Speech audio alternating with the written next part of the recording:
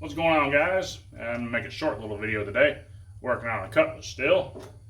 Gonna do some reinforcements on the lower trailing arms for the rear end. You can build them out of square tubing, build them out of pipe, all that. Kind of just hooking them up on this. He's getting 3-pump setup with bridge, so I know he's gonna be 3-wheeling. I'm gonna go ahead and add this in there. These things are pretty weak. They're just stamped metal. They're not boxed in at all.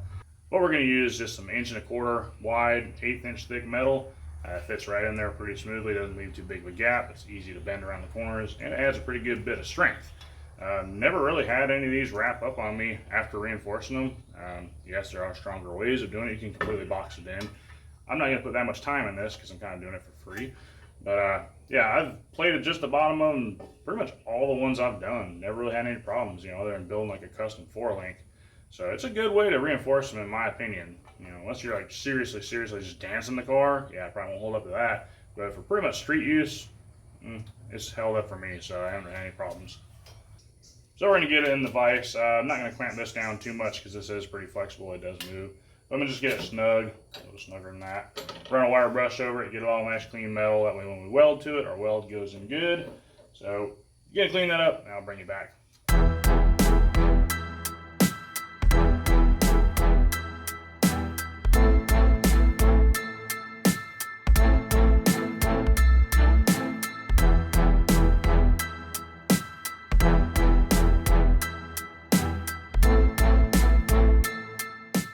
Alright, now we got the wire brushing all done. I know I say this like every time I use a wire brush, but definitely be mindful of what side of the brush you're on, because this thing can definitely kick back and it will mess you up more than you probably think it would.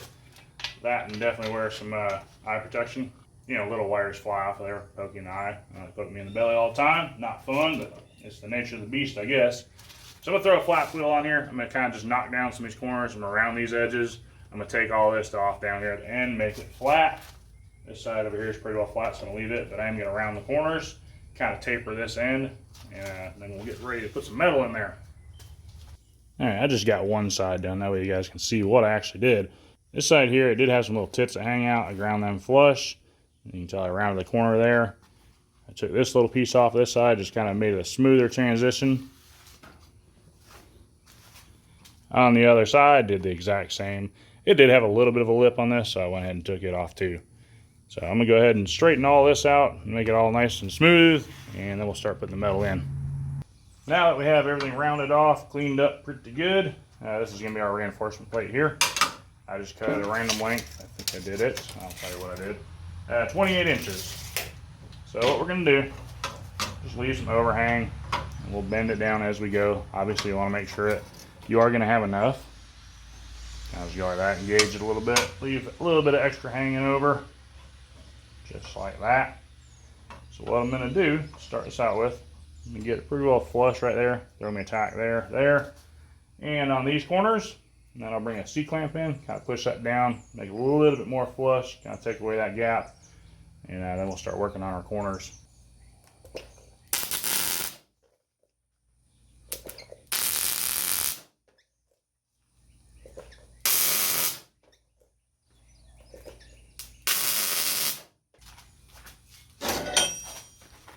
Alright, now we'll get us a little C-clamp, just kind of put it on there, push a little bit of pressure down, just like so. Get it where it's kind of a good even distance between the two, throw a little tack in there.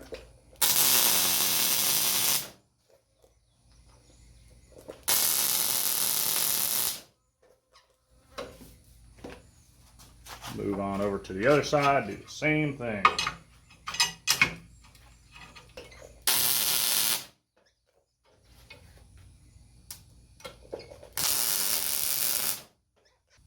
Now, this can go a few different ways. You can use a wider metal. You can bring it out to the ends, which would be, you could put a piece of 2-inch metal, 2-inch wide metal on there. And run your bead down the ends of these, mold them all up, make it look good. You'll have to trim up here, obviously. The reason I use this is just because it's thin, it's fast. I can get it in, get it done, get on with something else. So now we got that tack there. That's not going to go anywhere. I'm going to put a little bit more heat right here, run me a bead, and then we'll start hammering this down. Don't worry about this being long. We're going to cut it off once it gets down to the end.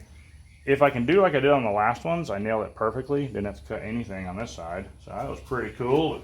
You know, probably can't do that twice. So we'll start putting some heat in here and start wrapping that around. Get a little bit more tension on here because that's obviously loose. And now you don't really have to worry about squeezing it too tight because you got something in here keeping that from collapsing. Obviously you still don't want to bow down on it a lot, but you know, it's a lot better than what it was before.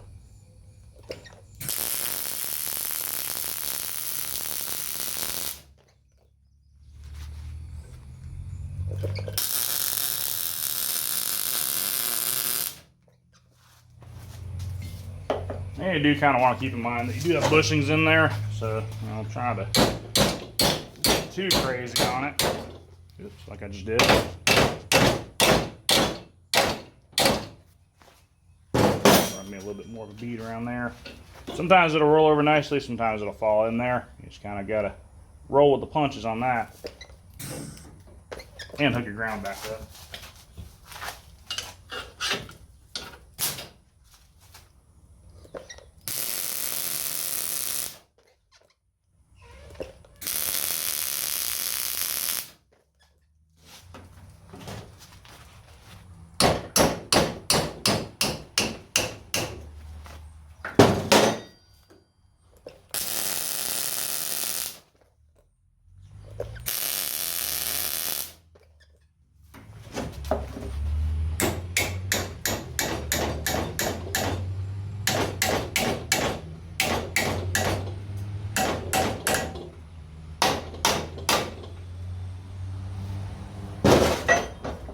Just take it a little bit at a time, roll it down.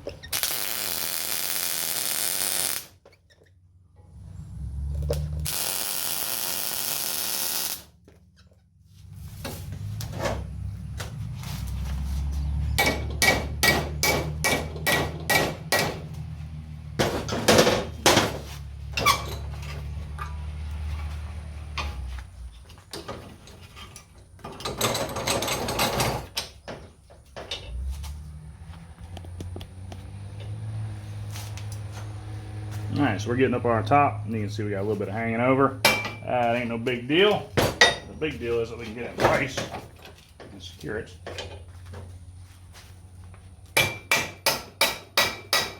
Which we cannot do. That ain't gonna be no big deal. Go ahead and run a little bit more weld on there. Seal up that little area, and then cut it off with a cut-off wheel. That side will be pretty well done.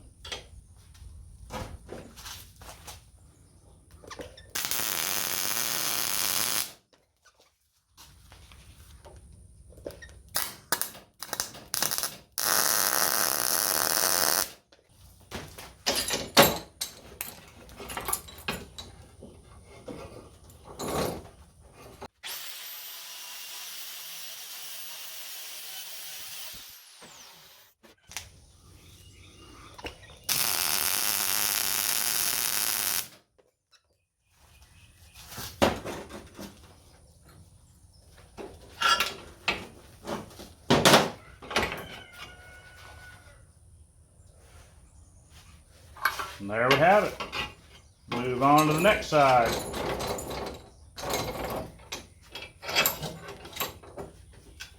And this side is the exact same as the opposite side. So while I do this, you guys can take a little break, hit the like button, hit the subscribe button if you haven't already, and I'll bring you back when we start to work on the center.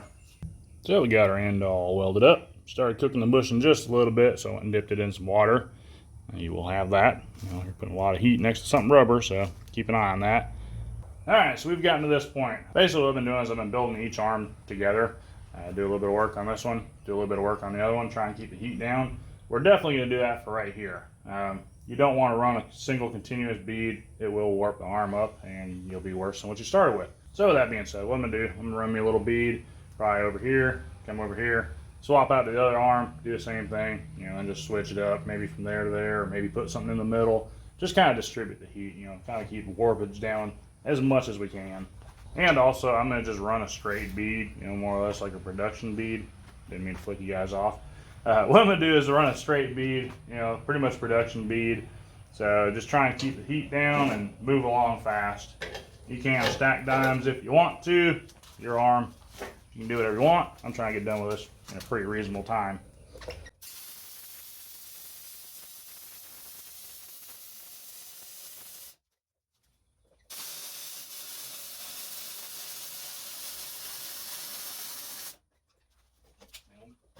And then we'll move on to our next arm.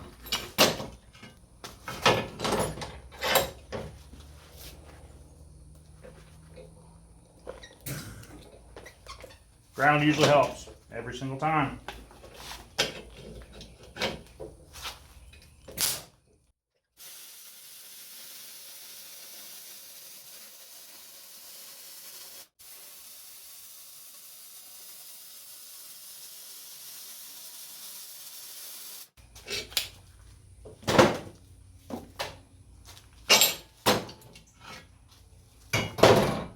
So now I got both of these arms done on each corner. I took a little break, worked on some other stuff. And by work on other stuff, I basically just went on Facebook and answered a bunch of people's questions and answered a bunch of messages on YouTube and all that good stuff. So now this is pretty well good and cool. We're going to keep on moving. Aha, almost got me. Come on to your wicked games.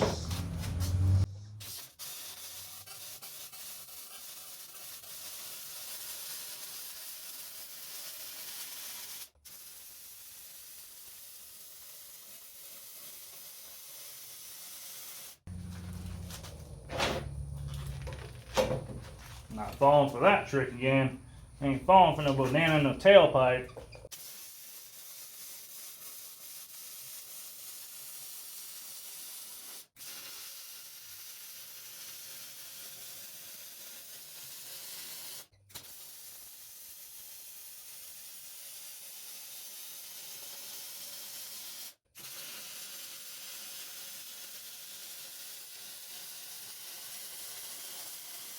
Well, we got them all welded up. They're cooled down. There is your finished result.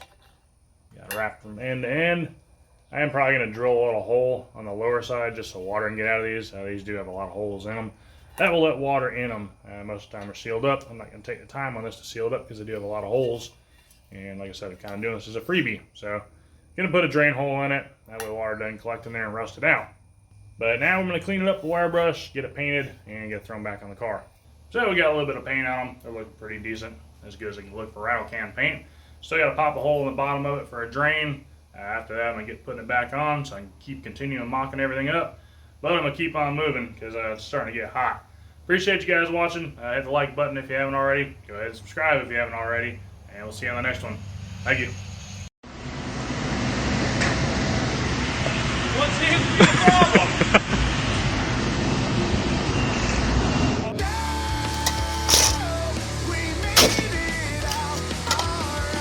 Good shot. Got away free. It lives to die another day.